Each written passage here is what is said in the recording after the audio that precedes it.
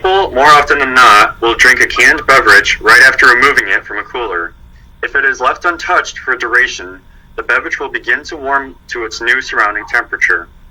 The time it takes for it to warm up depends on several factors, like the can material, the fluid type, and how warm the room's temperature really is.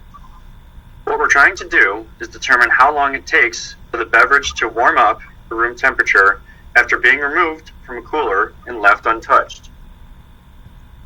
In solving this problem practically, we neglected some things and made several assumptions. We didn't count into factor the air inside the can or the surface the can rests on once removed from the cooler.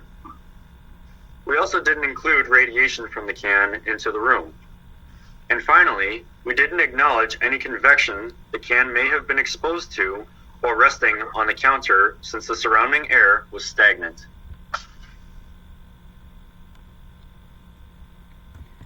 For this experiment, we compared the transient values recorded during the test trials with our hand calculations. Based on our test, we placed a can of soda outside of the cooler so that it would acquire an equilibrium temperature to the room. However, it was found to be that the values obtained appeared to be far greater than what we first assumed. It takes a 12-ounce can of soda about 8 hours to change its internal temperature to that of the room, even though one may be attracted to their pleasant likings of their beverage after 20 or so minutes outside of the cooler. This occurs due to a drastic temperature change in the can that can happen as it leaves the cooler. For our software analysis, we used computational flow simulation on SOLIDWORKS to design a mock simulation of the can by bringing the ambient room temperature of the surroundings from 2 degrees Celsius to 25 degrees Celsius.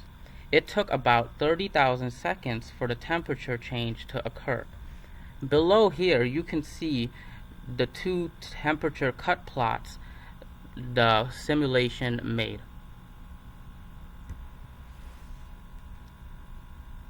Our next logical step in the project was to perform a computer flow simulation. The computer flow simulation was performed on a model soda can that was initially set at 2 degrees Celsius, and the surrounding temperature was set to 25 degrees Celsius. Based on our previous calculations performed by hand and in our experimental setup, we set up the analysis software to solve the problem within a 30,000 second time window. Here are the cut plots obtained from the CFS. The first cut plot shows the natural convection happening outside the can at room temperature. The atmosphere surrounding the can is a lot warmer than the fluids inside. The ambient air meets the cold aluminum can and cools the surrounding air. It is worthy to note that a cold air pocket is below the can, since cold air sinks while warmer air rises. The next cut plot shown is the natural convection happening inside the can. Since we told SOLIDWORKS how long the analysis should take, SOLIDWORKS determined when the time was equal to 8,000 seconds, the temperature of the soda was approximately 17 degrees Celsius, which correlates with what our experimental data showed. Verifying the hand calculations in the real-life experiment, we were correct and the assumptions that we made were valid. For our experimental analysis, we used an X-Tech Model 421509 thermocouple with a K-type wire and attached it to a 12-ounce can of Canada Dry ginger ale from the fridge, with a piece of electrical tape pushing the wire well against the surface of the beverage can.